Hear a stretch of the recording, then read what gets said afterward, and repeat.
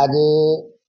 મેયરશ્રીની ઓફિસમાં પદાધિકારી અને કમિશનરની સંયુક્ત બેઠક રાખવામાં આવી હતી. આવનારા સમયમાં જે સિવિક ફેસિલિટી છે એમાં સુધારો કેવી રીતે કરી શકાય, સિટીઝન એન્ગેજમેન્ટ કેવી રીતે વધારી શકાય, રિક્રિએશનલ ફેસિલિટી કેવી રીતે વધારી શકાય, જેથી કરીને વડોદરા શહેરમાં એક કહેવાય કે લિવેબલ સિટી બને, હેપીનેસ ઇન્ડેક્સમાં વધારો થાય અને સિવિક સર્વિસીસ ઇન્ફ્રાસ્ટ્રક્ચરમાં કોર્પોરેશન તરફથી સંવેદનશીલતાથી બધા નિર્ણયો લેવાય, જેથી કરીને નાગરિકો જે પોતાની રજૂઆતો કરતા હોય એમાં તાત્કાલિક ધોરણેનું નિરાકરણ થાય. જે શોર્ટ ટર્મ ગોલ છે એ ઇમિડિયેટ પૂરા થાય અને જે લોંગ ટર્મ પ્લાનિંગ છે એમાં રેગ્યુલર રિવ્યૂ થાય અને એનો પ્રોગ્રેસ રિપોર્ટ બરાબર છે કે નહીં,